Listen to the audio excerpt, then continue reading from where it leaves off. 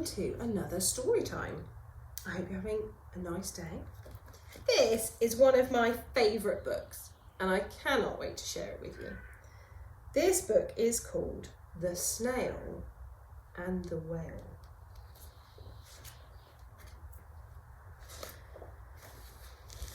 This is a tale of a tiny snail and the great, big, grey-blue hunchback whale.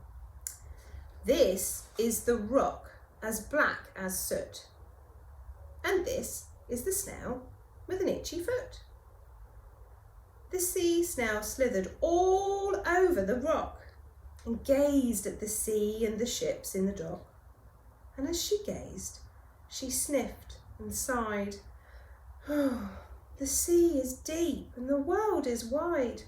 Oh, how I long to sail, said the tiny snail. These are the other snails in the flock, who all stuck tight to the smooth black rock, and said to the snail with the itchy foot, "Be quiet, don't wriggle, sit still, stay put." But the tiny sea snail sighed and sniffed, then cried, "I've got it! I'll hitch a lift." This is the trail of the tiny snail, a silvery trail that looped and curved and said, "Lift wanted around the world." This is the whale who came one night when the tide was high and the stars were bright, a humpback whale, immensely long, who sang to the snail a wonderful song of shimmering ice and coral caves and shooting stars and enormous waves. This is the tale of the humpback whale. He held it out on the starlit sea and said to the snail, "Come with me." This is the sea so wild and free that carried the whale and the snail on his tail to towering icebergs and far off lands,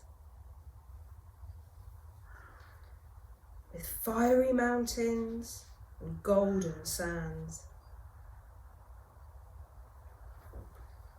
These are the waves that arched and crashed, that foamed and frolicked and splayed and splashed the tiny snail on the tail of the whale.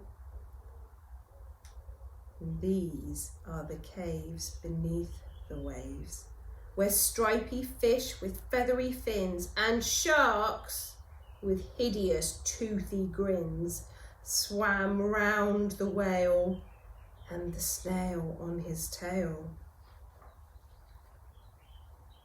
This is the sky, so vast and high, sometimes sunny, blue and warm, and sometimes filled with a thunderstorm, with zigzag lightning flashing and frightening the tiny snail on the tail of the whale.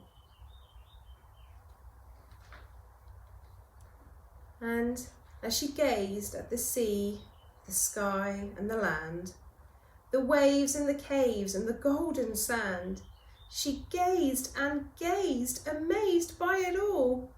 And she said to the whale, "I feel so small."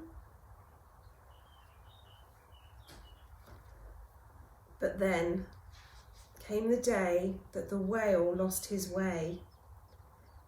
These are the speedboats running a race, zigging and zooming all over the place, upsetting the whale with their ear-splitting roar and making him swim too close to the shore.